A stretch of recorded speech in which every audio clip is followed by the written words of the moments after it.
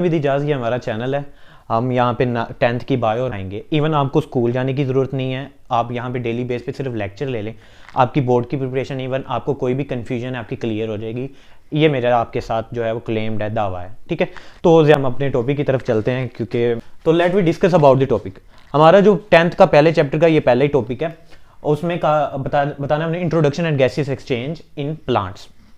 तो cellular respiration क्या होती है? अच्छा, बेसिकली सेलुलर रेस्पिरेशन है क्या? बेसिकली हमने क्या करना होता है, सेल को एक एनर्जी प्रोवाइड करनी होती है।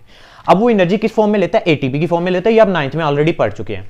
अब इसमें क्या क्या रहा है कि ऐसा प्रोसेस जिसमें कार्बन और हाइड्रोजन बॉन्ड के तोड़ा जाता है। अब कार्बन और हाइड्रोजन का बॉन्ड क्यों में बेसिकली यहां पे डिस्कस किया गया है? कार्बन और हाइड्रोजन का बॉन्ड इसलिए बेसिकली डिस्कस किया गया है क्योंकि these are mainly composed of carbohydrates, and carbohydrates are mainly composed of 3 components. I know that, but these is the main components in which अब कार्बोहाइड्रेट्स की आगे फर्दर टाइप्स आती हैं, जिसमें ग्लूकोज वन ऑफ देम है, जिसमें पहली monosaccharide आती है। ये आप आगे हायर क्लासेस में पढ़ेंगे, इसमें आपने नहीं टेंशन लेनी। ठीक है, तो ग्लूकोज उसमें से वन ऑफ द फॉर्म है हमारे पास। तो उससे क्या बनता है हमारे पास, जब उसको ग्लूकोज को तोड़ेंगे तो हमारे पास एटीपी बनेगा। ये आप 9th में जान चुके हैं कि हम जब साइटोप्लाज्म में, तो 4th चैप्टर में हमने देखा था कि साइटोप्लाज्म में जब इसकी ग्लाइकोलाइसिस होती है ग्लूकोज की, तो उसकी एनर्जी हमें मिलती है। ठीक है, तो एनर्जी जो हमें मिलती है वो in the form of ATP मिलती है। तो यही सेलुलर रेस्पिरेशन है कि जिसमें हमने कार्बन हाइड्रोजन बॉन्ड को तोड़ के एनर्जी उससे लेनी है। ठीक है, उसके बाद नेक्स्ट हमारे पास आता है गैसियस एक्सचेंज। अब गैसियस एक्सचेंज क्या है? सिंपली देखो तो गैसियस एक्सचेंज ये है, आप कॉमनली सोचने की कोशिश करें। एक्सचेंज, गैसेस का तबादला। ठीक है, गैसेस का तबादला अगर ह्यूमन बॉडी में बात करें तो हम क्या कर रहे हैं, ऑक्सीजन को ले रहे हैं और कार्बन डाइऑक्साइड को बाहर निकाल रहे हैं। This is called gaseous exchange. Simply in words that कि taking off oxygen and giving out of carbon dioxide is known as gaseous exchange. हमारा ऑक्सीजन को लेके जाना और कार्बन डाइऑक्साइड को बाहर निकालना, this is called gaseous exchange. So simple. उसके बाद आता है हमारे पास ब्रीथिंग। क्या होती है ब्रीथिंग? हमारे पास क्या है, taking of air in their bodies to get oxygen from it and get rid of carbon dioxide. Simple सा क्या है, डेफिनेशन को समझने की कोशिश करनी है कि ब्रीथिंग में क्या है। ब्रीथिंग में सिंपली यह है कि हम हवा को अंदर लेके जाते हैं और उससे ऑक्सीजन ले लेते हैं। जब ऑक्सीजन ले लिया है तो हमारा नेक्स्ट कोई जरूरत नहीं है, तो हम क्या करते हैं, उससे बाहर निकाल देते हैं कार्बन डाइऑक्साइड को, एयर को निकालते हैं ताकि उससे कार्बन डाइऑक्साइड हमारी चली जाए, क्योंकि हमें उसकी रिक्वायरमेंट ही नहीं है। तो दिस इज कॉल्ड ब्रीथिंग।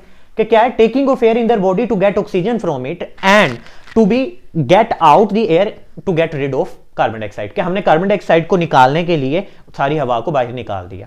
उसके बाद आता है रेस्पिरेशन। अच्छा, यहां पे बहुत बड़ी कंफ्यूजन है। स्टूडेंट समझते हैं कि ब्रीथिंग और रेस्पिरेशन एक सिमिलर टॉपिक है, लेकिन ब्रीथिंग और रेस्पिरेशन एक सिमिलर टॉपिक नहीं है। ब्रीथिंग और रेस्पिरेशन थोड़ा सा डिफरेंशिएट, मैं बताता हूं आपको। लिसन, अगर एक मिसाल के तौर पर ब्रीथिंग की बात करें तो ब्रीथिंग में हम जस्ट डिस्कस करते हैं जिसमें हमारा फिजिकली प्रोसेस होता है। मीन के इफ यू फील दैट, अगर आप देखें तो हम सांस अंदर लेके गए, सांस बाहर लेके गए, तो आपने कुछ देखा कि थोरैसिक रीजन इंक्रीज हो रहा है, एब्डोमिनल कैविटी, कभी पेट बाहर आ रहा है, कभी अंदर जा रहा है। You just physically analyse. अगर आप फिजिकली एनालाइज कर रहे हैं तो this is just only to be breathing, not a respiration. Because respiration में आप फिजिकली एनालिसिस तो करते हैं, बट उसमें केमिकली भी आता है। केमिकली क्या है कि आगे ऑक्सीजन कैसे ब्लड में जाती है, वो आपने 9th में पढ़ा हुआ है कि हीमोग्लोबिन की मदद से। ठीक है, हीमोग्लोबिन में हीम आइन जो है वो ऑक्सीजन को कैरी करता है और पूरे ब्लड में और हमारी हर सेल को दे देता है। ठीक है, तो ब्रीथिंग में हम सिर्फ फिजिकली और मैकेनिकली प्रोसेस को देखते हैं, लेकिन रेस्पिरेशन में हम फिजिकली एंड मैकेनिकली प्रोसेस को दोनों को ही नोट डाउन करते हैं। तो ये थी हमारी शॉर्ट क्वेश्चन। आ सकते हैं बोर्ड के लिहाज से, किसी भी लिहाज से आपसे पूछा जा सकता है शॉर्ट क्वेश्चन। अब एमसीक्यूज क्या आ सकते हैं, एमसीक्यूज को हमने देखना है। ठीक है, तो एमसीक्यूज यहां पे आपको कार्बन और हाइड्रोजन बॉन्ड के बारे में आ सकता है, या इनमें कोई भी इतना खास एमसीक्यूज नहीं है, तो ये आपकी शॉर्ट क्वेश्चन में ही आएगा ज्यादातर। अच्छा, नेक्स्ट टॉपिक की तरफ चलते हैं। ये हमारा इंपॉर्टेंट लॉन्ग क्वेश्चन के तौर पे आता है अगर हम बोर्ड पे पॉइंट ऑफ व्यू से देखें। हाँ, अगर ये इसमें शॉर्ट क्वेश्चन भी बनते हैं डिफरेंट, ठीक है, तो एमसीक्यूज भी बन सकते हैं। तो आपको हेडिंग्स के साथ पढ़ाया जा रहा है ताकि आपके शॉर्ट भी क्लियर हो, एमसीक्यूज भी क्लियर हो, इवन आपके हर डाउट भी क्लियर हो जाए। तो gaseous exchange in plant, plant के अंदर गैसियस एक्सचेंज कैसे होता है? तो देखिए, प्लांट जो है, अब देखिए ह्यूमन बॉडी की तो बात की, हमने कहा कि ऑक्सीजन लोग को लेके जाता है और कार्बन डाइऑक्साइड को बाहर निकाल देता है। ठीक है, तो हमने कहा कि ये जो कर रहा है काम हमारा सारा सिस्टम। लेकिन प्लांट्स में कैसे होती है? अब प्लांट्स में हमारे अंदर तो स्पेसिफाइड ऑर्गन है, लंग्स हैं जो कि गैसेस एक्सचेंज कर रहे हैं, लेकिन प्लांट के अंदर कोई ऐसा गैसेस एक्सचेंज के लिए ना कोई है नहीं, हमारे पास कोई ऑर्गन नहीं है प्लांट्स के पास। तो क्या करेंगे, plant have no organ and organ system for gases exchange. Plant के पास कोई गैसेस एक्सचेंज के लिए ऑर्गन या ऑर्गन सिस्टम नहीं है। Every cell of the plant do gaseous exchange by its own. हर उसके अंदर सेल जो है मेन के, यहां पे अगर मैं डायग्राम की मदद दिखाया है तो ये एक लीव सेल है, तो हर सेल जो है वो क्या करता है, अपनी गैसियस एक्सचेंज खुद करता है। उसको मेन कि उसके लिए कोई उसके पास लंग्स नहीं है, कोई स्पेसिफाइड ऑर्गन नहीं है कि जिसके जरिए वो गैसियस एक्सचेंज करेगा। Gaseous exchange through the cuticle. अब क्यूटिकल के जरिए पहली कैसे, अब मुख्तलिफ यहाँ पे है मेथड, यहाँ पे वो अपनी गैसियस एक्सचेंज कर रहा है, अब थ्रू क्यूटिकल करेगा। In young stems and leaves some gaseous exchange occur through the cuticle. Cuticle क्या होता है, पहले तो ये आपको क्लियर करते हैं क्यूटिकल है क्या। देखिए क्यूटिकल क्या होता है, अगर आप एक लीव सेल की डायग्राम ले तो लीव सेल में हमारे पास क्या होता है, ये अपर एपिडर्मस होती है, ये जो ब्लैक कलर में शो ऑन की गई है अपर एपिडर्मस है ये, इसके ऊपर वाली लेयर जो है ये क्यूटिकल कहलाती है, और इसके नीचे जो है वो मेसोफिल सेल्स होते हैं, और नीचे वाली लेयर भी एपिडर्मस है, लेकिन ये अपर साइड पे है तो ये अपर एपिडर्मस हो गई, ये लोअर साइड पे है तो ये लोअर एपिडर्मस होगी। इसके अंदर ये गार्ड सेल्स प्रेजेंट होते हैं जिसको हम स्टोमेटा भी कहा जाता है, और ये हमारे पास मेसोफिल की स्ट्रक्चर्स बनी हुई है, और यहाँ पे ये स्टोमेटा बने हुए हैं ये हमारे पास। तो क्यूटिकल की आपको समझ आ गई कि लीव सेल की जो अपर एपिडर्मस के ऊपर वाली लेयर होती है उसको हम कहते हैं क्यूटिकल। अब क्यूटिकल क्या करती है, in young stems and leaves some gaseous exchange occur through the cuticle, this is present over the epidermis. ये एपिडर्मस के ऊपर प्रेजेंट होती है और यहाँ से भी गैसियस एक्सचेंज होती है। आपको ज्यादा कोई रट्टा लगाने की जरूरत नहीं है, आप सिंपल से सोचें जरा कि क्यूटिकल क्या है। क्यूटिकल बेसिकली एक अपर लेयर है, अपर लेयर से क्या करता है वो गैसियस एक्सचेंज करता है। तो हमने सिंपल ये लिख देना है इसके अंदर कि इन यंग प्लांट्स जो है वो हमारे पास leaves and some gaseous exchange occur through the cuticle. अब क्यूटिकल कहां प्रेजेंट है, on the upper side of the epidermis. तो on the upper side of the epidermis हमारे पास ये अवेलेबल है, प्रेजेंट है। अच्छा नेक्स्ट हमारे पास आता है gaseous exchange through the stomata. Stomata से गैसियस एक्सचेंज कैसे हो रहा है, अब देखिए स्टोमेटा कहां पे होता है, पहले ये हम थोड़ा सा चीज को डिस्कस कर लेते हैं। तो जो स्टोमेटा है वो भी एपिडर्मस में ही प्रेजेंट होता है, लेकिन अपर एपिडर्मस में नहीं प्रेजेंट होता, बल्कि कहां पे प्रेजेंट होता है, लोअर एपिडर्मस में प्रेजेंट होता है। अच्छा स्टोमेटा की ना तो एक दो एमसीक्यूज हैं जो कि आपको एनटीएस अगर आप कोई देने हैं तो माइट भी वहां पे पूछा जा सकता है। तो जो स्टोमेटा होता है, अगर इसके सिंगल सेल की बात की जाए तो this will be called as guard cell, तो इसको कहा जाता है गार्ड सेल्स कहा जाता है। अगर इसके दोनों एट ए कलेक्टिवली टाइम हम देखे जाएं तो हम इसको कहते हैं स्टोमेटा। क्या कहते हैं, स्टोमेटा कहते हैं, इसको स्टोमेटा कहते हैं। अब स्टोमेटा के जो मिडल साइड है, ये जो स्पेस है, इसको हम नाम देते हैं स्टोमा का। अब होगा क्या, अब होगा ये कि गैसेस एक्सचेंज यहां से, ये जो फ्री स्पेस है यहां से होगी, स्टोमा के जरिए गैसेस का तबादला होना शुरू होगा, यहां से निकलेंगी। You now that in 9th class में आपने ये ट्रांसपायरेशन का प्रोसेस भी पढ़ा था, जिसमें आपने कहा था loss of water by the stomata, ठीक है ना। स्टोमा के जरिए आप वहां पे वाटर की लॉस भी कर रहे थे, तो गैसेस का भी लॉस उसी स्टोमा की उस प्लेस से ही होगा। उसके बाद आता है gaseous exchange through the air spaces. Gaseous exchange जो है वो एयर स्पेसिस से हो रहा है। अब एयर स्पेसिस कौन सी है हमारे पास, यहां पे जो मेसोफिल सेल्स हैं उनके दरमियान में बहुत सारी खाली स्पेसिस प्रेजेंट होती हैं जहां से गैसेस का तबादला होना शुरू हो जाता है, ठीक है।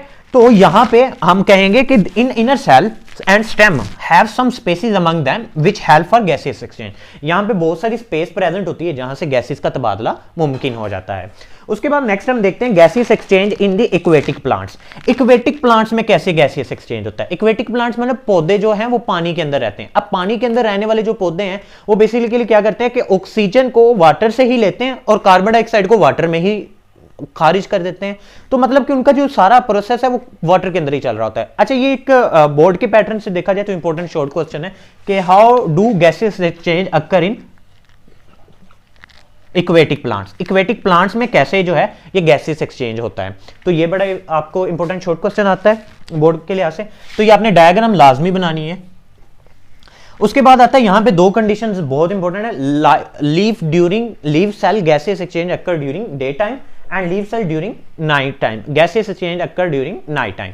अब डे टाइम में और नाइट टाइम में क्या हो रहा है, डे टाइम में आपको पता है क्या हो रहा है, सूरज की रोशनी पड़ रही है, कार्बन डाइऑक्साइड और वाटर रिएक्ट करेंगे in the presence of sunlight and chlorophyll to make a glucose. Mean के जैसे कि आपको यहां पे मैं रिप्रेजेंट कर देता हूं, carbon dioxide react with water in the presence of sunlight and chlorophyll to make a glucose and oxygen.